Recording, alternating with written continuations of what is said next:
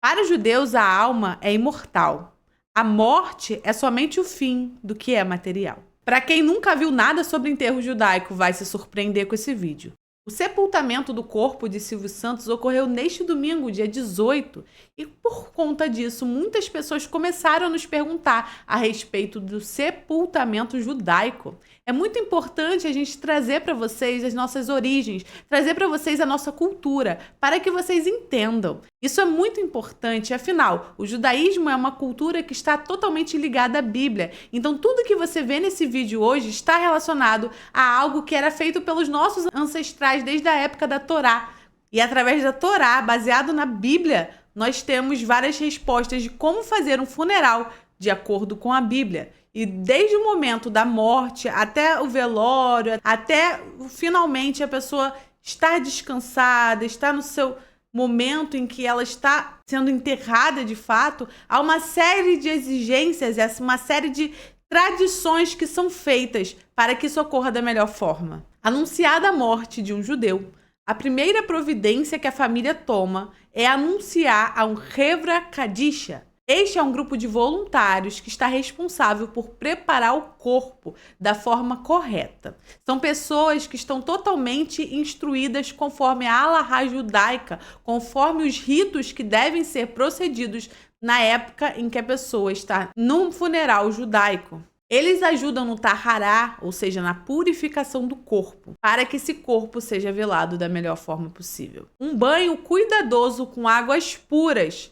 é feito no corpo e preces especiais são recitadas nesse momento. Algumas vertentes fazem preces pedindo perdão pelos erros que a pessoa cometeu durante a vida. Tudo isso é realizado dentro de um cemitério israelita, muito reservado. Depois do banho é a parte dos ritos judaicos. O corpo dessa pessoa é vestida com vestes brancas, vestes de linho. E por que são vestidas com esse tipo de veste? Isso é algo que era feito desde a época da Bíblia, desde a época da Torá, feita pelos nossos patriarcas. Esse era o tipo de roupa mais barato que existia no mercado. Antes de eu continuar falando sobre isso, é importante ressaltar que mostrar o corpo de um falecido à mostra, ou seja, nu, é proibido, pois isso mostra total falta de respeito para aquela pessoa que está ali. Mesmo que ela não esteja mais ali fisicamente, não é permitido que isso ocorra. As vestes brancas significam neutralidade,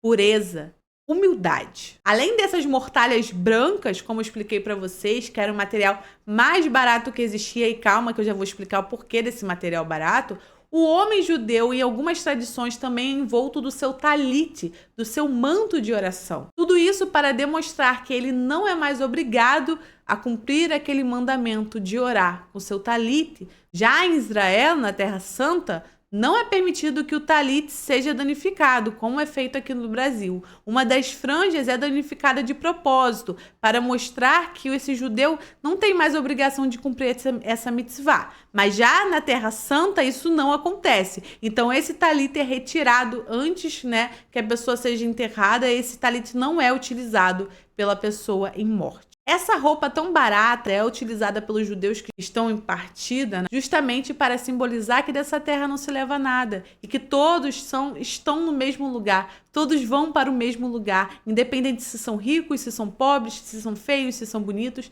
todos eles partem do mesmo princípio e por isso todos devem estar da mesma forma. Independente se você é rico, você vai se vestir com a mesma roupa que um pobre ao partir dessa terra. Algumas vertentes também fazem um ato que pode te assustar um pouquinho, mas eu preciso te contar aqui. Algumas vertentes utilizam uma pedra em cada um dos olhos e também uma pedra na boca. E você deve estar se perguntando, mas como assim? Por que uma pedra em cada olho e uma na boca?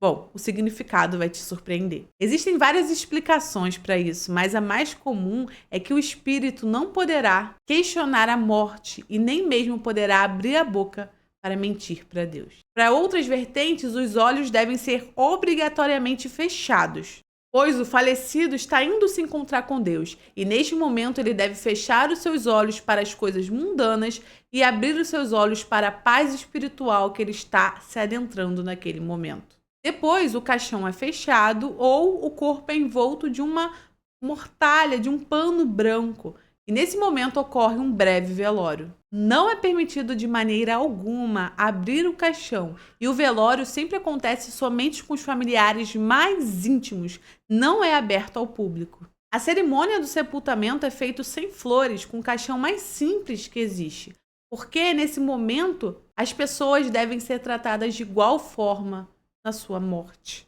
Além disso, os judeus entendem que toda essa ostentação serve para cultuar aos mortos, e isso é proibido na cultura judaica. Pela lei judaica, o corpo deve ser sepultado exatamente no mesmo dia em que ele partiu. Não deve ser ali estendido muito tempo depois que a pessoa parte. Para o judaísmo, a alma não consegue descansar enquanto ela não é sepultada. Apenas em algumas situações específicas é que esse sepultamento é adiado, como por exemplo em caso de mortes violentas, onde é necessário todo um trabalho da polícia para investigar o que houve. De fato, o sepultamento deve ocorrer no mesmo dia da morte.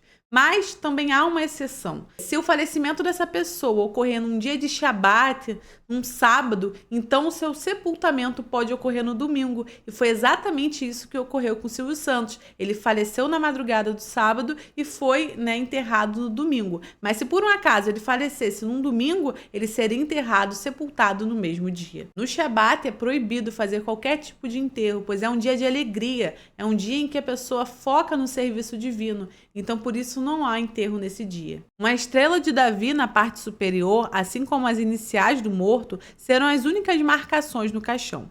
Isso impede que haja distinção de riqueza na morte que o judaísmo repreende. O caixão é colocado em contato com a terra, com um membro da família sendo responsável por jogar as primeiras porções de terra sobre a urna. Durante o enterro é recitado Kadish, que é uma prece especial dita regularmente nas rezas cotidianas e enterros em memória dos entes falecidos, onde se dá ênfase à glorificação e à santificação do nome de Deus. Geralmente é realizado pelos filhos ou parentes próximos do falecido. Também são cantados hinos de louvor a Deus e de pedidos de paz no mundo. Os parentes mais próximos jogam um punhado de terra que vem diretamente de Israel. Quando uma pessoa não é sepultada em Israel, quando um judeu, na verdade, não é sepultado na terra de Israel, ela recebe essa terra para simbolizar como se ela tivesse sido enterrada na Terra Santa. Ao deixar o cemitério, é muito importante que todos façam a Nitilat Yadayim, que é a lavagem das mãos. Tudo isso para simbolizar que a vida é mais forte do que a morte. Em sinal de manutenção dos laços com o parente, as mãos devem cercar naturalmente, sendo proibido o uso de toalha. Há também algo que pode te surpreender num sepultamento judaico: pedras sobre a lápide. Diferente dos tradicionais cemitérios onde há muitas flores, há muitas coisas, vasos que as pessoas levam para os seus entes queridos, os judeus, após 1 ano de sepultamento, levam pedras. Sim, colocam pedras em cima do caixão. Esse gesto é muito interessante porque nos mostra que a flor, ela seca, murcha e vai embora. Já a pedra, ela nunca se acaba, ela nunca é esquecida porque ela sempre está ali. E é exatamente essa memória que a pedra nos faz. É um gesto muito bonito, que tem um profundo significado. Apesar de ser muito estranho para o pessoal aqui do Brasil, essas pedras simbolizam algo muito forte, um elo que não se acaba. E uma pergunta que todo mundo me faz, eu vou te responder aqui agora. Judeus aceitam a cremação? Bom, a resposta vai te surpreender. No geral, não. Os judeus não aceitam de forma nenhuma a cremação. O judaísmo entende que isso era um ato que era feito pelos povos na época do paganismo e por isso não é correto se fazer.